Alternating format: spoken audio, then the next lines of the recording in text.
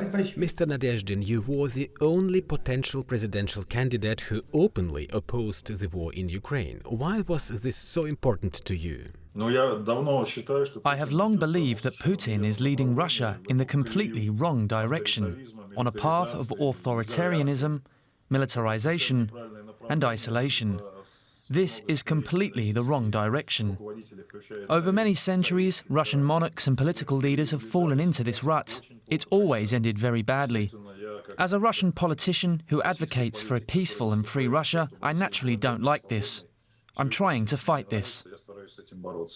Thousands of Russians supported you and thereby also protested against the war. The world saw these Russians. In fact, not thousands, but hundreds of thousands of people signed for me in Russia.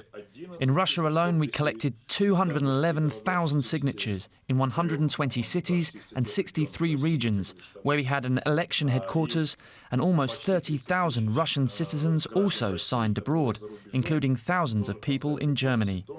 That means that the real level of support, according to various estimates, at the time when I was removed from the elections in the beginning of February, was more than 10%. In fact, according to some surveys, it was around 16%. This was probably the main reason why I was not allowed to stand, because I could have reached very high ratings.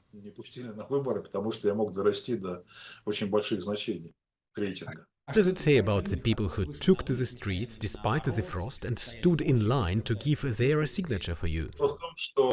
This was important because it showed that in reality there is no such thing as general support for either Putin or a special military operation in Russia. If you ask a direct question, do you want to continue to fight until victory, to take Kiev, or do you want to stop all of this immediately and move on to peaceful negotiations? You know, the majority of Russians choose the second answer, an end to the conflict and a transition to peace talks. The potential for success of a presidential candidate who would demand peace, according to polls, is around 30%, maybe more. I reached that level of support.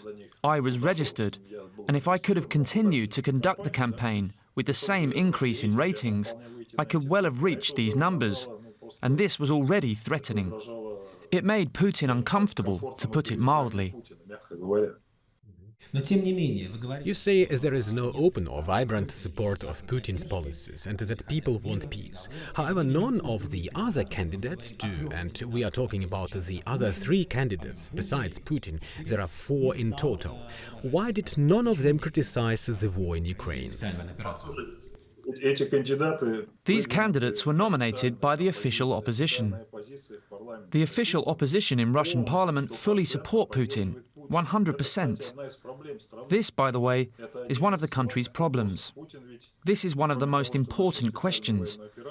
Putin made a fatal mistake by launching a military operation.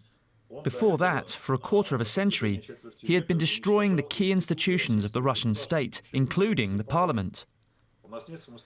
We do not have an independent parliament. This is surreal. The majority of people in the country are in favour of peace negotiations, but there is not a single deputy in parliament. Not a single one who would vote for this. Naturally, the candidates nominated by these parliamentary parties are, of course, limited in their rhetoric. You are an experienced Russian politician. You are not a naive person, and you understood that it was impossible to win elections against Putin. So what motivated you? I accomplished 200% of what I had originally planned. I initially planned to do 2 things. The first was to demonstrate that the opposition was completely legitimate, completely legal, and was criticizing Putin, and specifically the military operation, and I managed to legalize this position, you know? That is, it became legal. It entered public consciousness. Now everyone is discussing it. I don't just mean among those who left Russia. There, of course, the opposition always prevailed. I mean instead here in Russia. People are now openly discussing this, all Russian citizens. I gave this opportunity to a huge number of eligible people in the country. It's a lot for 1 million people to see that they are not alone. to see that there are many people like them, and that you don't have to be afraid of anything in this sense. Because, you know, what's the story? It's one thing to come out with an individual protest, and just for this, people are punished with heavy fines, some even with criminal sentences. But it's a completely different story to go out and stand in line for something absolutely legal, which is upheld by law. That is, the Central Election Commission officially allowed me to collect signatures, and the Central Election Commission issued signature sheets. Did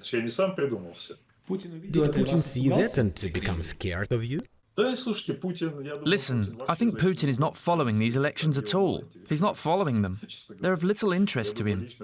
To be honest, I think Putin personally may not even have to delve into it all. There's a different problem there. Because of my actions and crowds of people, the original election scenario, which was originally planned in the Kremlin, was completely broken. However, those people around Putin who tell him what is happening in the country, who he listens to, they were in a bad situation. Because Putin would have looked at the election results. Do you understand what I mean? Well, you can hide ratings from Putin. You can tell him that everyone loves him, it's possible. But it's impossible to hide the voting results from Putin, because he will ask, how did they vote? It's interesting. And here, if I'd stayed in the news cycle, there could have been another candidate who could have received a lot of votes. Does it even make sense to hold elections in Russia, or is democracy over? Of course it is. And Putin, by the way, believes that it's very important that there are elections. Elections are important to him so he can see that the people support him. Therefore, the entire Kremlin administration is trying very hard to frame the election campaign so that Putin thinks, 80% of Russians are with me. Look how great I am. And how do you feel about it? I believe that in a real, fair election with strong opponents, Putin would, of course, not get 80%. If I participated in the debate, I believe I'd get 30%. Many fear that after Putin's likely re-election, there will be a tightening of the screws. Some people are afraid of mobilization. What do you think will change in political life? What's your opinion? Nothing will change globally. Putin is very rational. He's a politician who knows very well how to maintain power. Therefore, he will not give the security forces too much power. Why would he? It's dangerous for him. And why? Putin, as you are aware, knows the history of Russia very well from the time of Rurik. He also knows the history of numerous palace coups of the 18th century, when the National Guard decided who the emperor would be. Putin doesn't want this, therefore he will not hand power to the security forces. What are your political plans in the near future? What are you going to do? My immediate plans are to somehow get through March 17th. And on March 17th, all I can do is organize the observation of exit polls. We are trying, but there is a lot of resistance, as our observers are practically banned from the polling stations. I'm planning to vote, of course, and I'm going to check how the votes are counted. Then, after that, I will immediately begin preparing for the next elections, because I am absolutely convinced that there will be elections in the country in the next 2 years. These will be the elections of the State Duma, and if I may say, my chances are very good. If the State Duma elections were conducted now, this Sunday, my party would receive no fewer votes than the Communists, for example. That is, we would be one of the largest factions in the State Duma, holding an anti-war position.